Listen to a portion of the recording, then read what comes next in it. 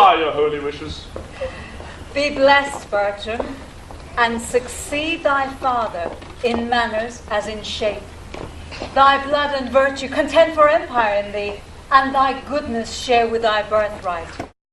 I'm commanded here, and kept a quarrel with too young, and the next year 'tis too early. Well, and thy mind stand to it, boy. Steal away bravely. Oh, I shall stay here the full horse to a smock, creaking my shoes upon the plain masonry, till honor be brought up, and no soul born if I want to dance with. By heaven, I'll steal away. There's honor in the theft. Commit it, Count. I am your accessory. So farewell.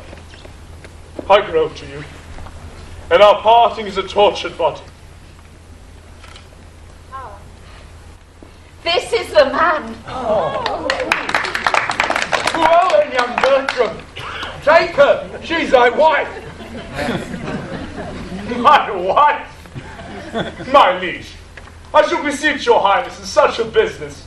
Give me leave to help the use of mine own eyes. Knowest thou not, Bertram, what she has done for me? Yes, my good lord, but never hope to know why I should marry her. Oh, knowest she's raised me from my sickly bed? But follows it, my lord, to bring me down must answer for your raising? I know her well. She had a breeding at my father's charge. A poor physician's daughter, my wife. Disdain rather corrupt me ever. Pity, speak! Thine answer! Pardon, my gracious lord, for I submit my fancy to your eyes when I consider what great creation and dole of honor flies where you bid it. I find that she which late was in my nobler thoughts, most base, is now the praising of the king, who so ennobled is as 'twere born so. Take her hand and tell her she is thine.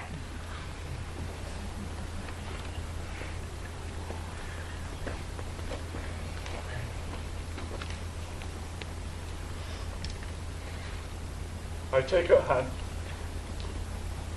Good fortune and the favour of the king smile upon this contract, whose ceremony shall seem expedient on the now born brief, and be performed tonight.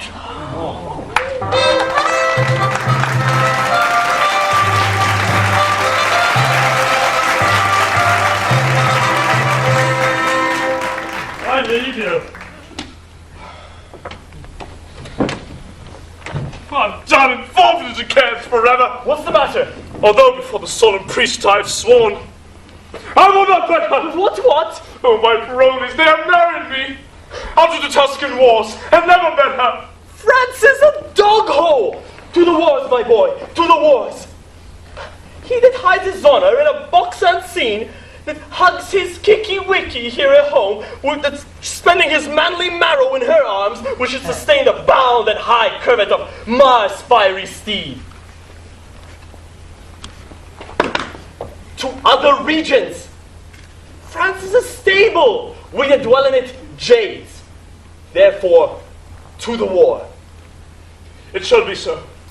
I'll send it to my house, acquaint my mother with my hate to her, and wherefore I'm fled, right to the king, at which I durst not speak. His present gift shall furnish me from those Italian fields, where noble fellows strike. War is no strife, compared to the dark house and a detested wife. Will this capriccio hold in thee? Art sure? I'll send her straight away. Tomorrow, out to the wars. She to her single sorrow. Ho, ho, ho! Why, these balls bound. There's noise in it. Why, if you have a stomach, to it, monsieur. If you think your mystery and stratagem can bring this instrument of honor into his native quarter, be magnanimous in the enterprise and go on. I will grace the attempt for a worthy exploit. If you speed well in it, the Duke shall both speak of it, and extend to you what further becomes of his greatness, even to the uttermost syllable of your worthiness. Oh, by the hand of a soldier, I will undertake it. Nay, but you must not now slumber in it. All about it this evening. Why, I have put myself in my mortal preparation, and by midnight, look to hear further from me. May I be bold to acquaint his grace you are gone about it? Oh, I know not what the success will be, my lord, but the attempt. I vow. I know that, Balin. And to the possibility of thy soldiership will subscribe for thee. Farewell.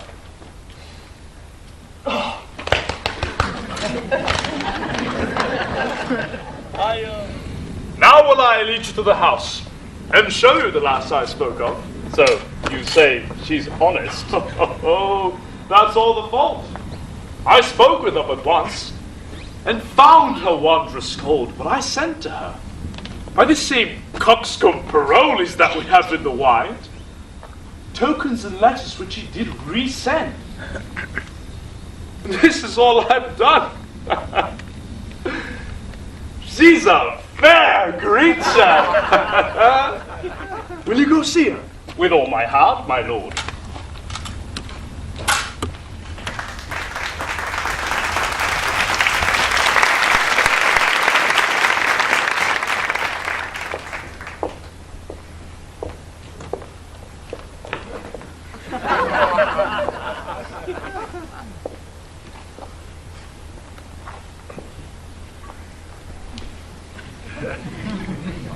They told me your name was Fontaine. No, my good lord. Diana. Titled goddess, and worthy with addition. But fair soul, in your fine frame hath love no quality? If the quick fire of youth light not your mind, you are no maiden, but a monument. When you are dead, you shall be such a one as you are now, and you should be as your mother was when your sweet self was got. She then was honest. So should you be. No, my mother did but duty, such, my lord, as you owe to your wife. Come, no more of that. I prithee, do not strive against my vows. I was compelled to her, but I love thee. By love's own sweet constraint, I will do thee forever all rites of service. Aye, so you serve us till we serve you. But when you have our roses, you barely leave our thorns to prick ourselves and mock us with our bareness. How have I sworn? 'Tis not the many vows that makes the oath, but the single vow that is vowed true. If I should swear by God's great attributes that I loved you dearly, would you believe mine oath when I did love you ill? This has no holding.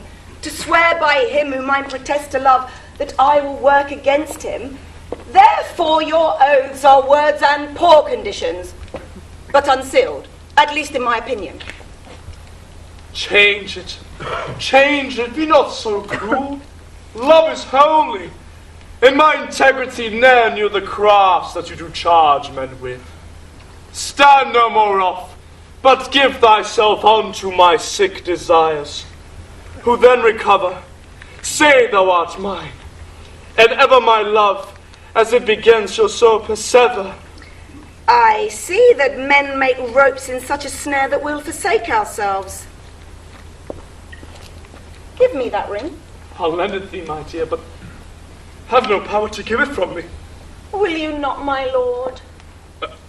It is an honor, longing in our house, bequeathed down from many ancestors, which were the greatest obloquy in the world for me to lose. Mine honour such a ring. My chastity's the jewel in our house, bequeathed down from many ancestors, which were the greatest obloquy in the world for me to lose.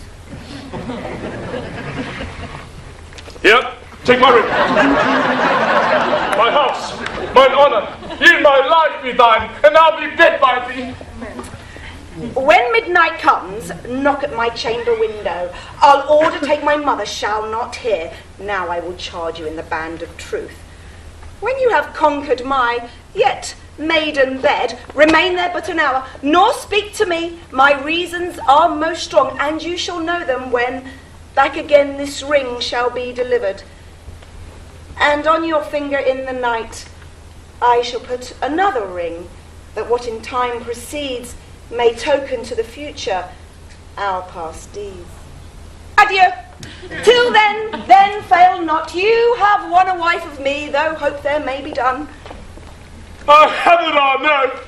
I've won by wooing thee! Ah, here comes his lordship now. How now, my good lord? Is it not after midnight? I have tonight dispatched 16 businesses, a month's length apiece. I've conjured with the Duke, buried a wife, mourned for her, writ to my lady mother I'm returning, entertained my convoy, and between these main passes of dispatch effected many nicer needs. The last one was the greatest, but not ended yet. If the business not be ended, and your lordship this morning hence, it requires haste. I mean the business is not ended. That's fearing to hear of it hereafter. But shall we have this dialogue between the fool and the soldier? Come, bring forth this counterfeit. He hath deceived me like a double-meaning prophesier. Bring him forth. And mine, my niece. At first I stuck my choice upon her.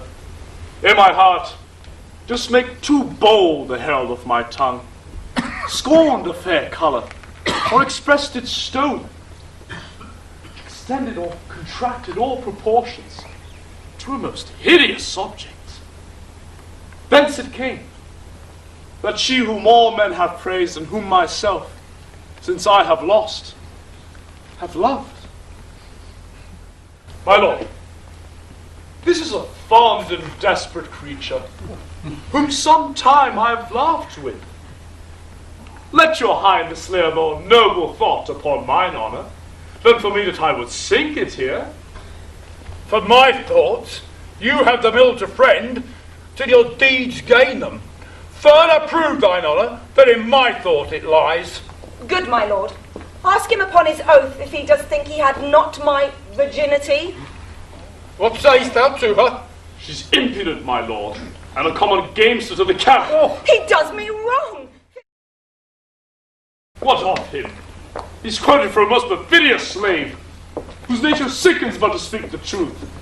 Am I, or this, or that, what an utter will speak anything? She has that ring of yours. I think she has. Certain it is I liked her, and boarded her in the wanton way of youth.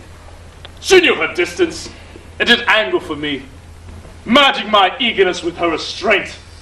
Her infinite cunning, with modern grace, subdued me to her rate.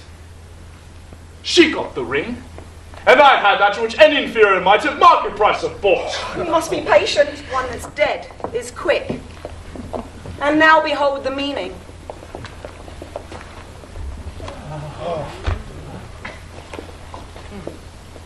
Is there no exorcist that beguiles the true office of mine eyes?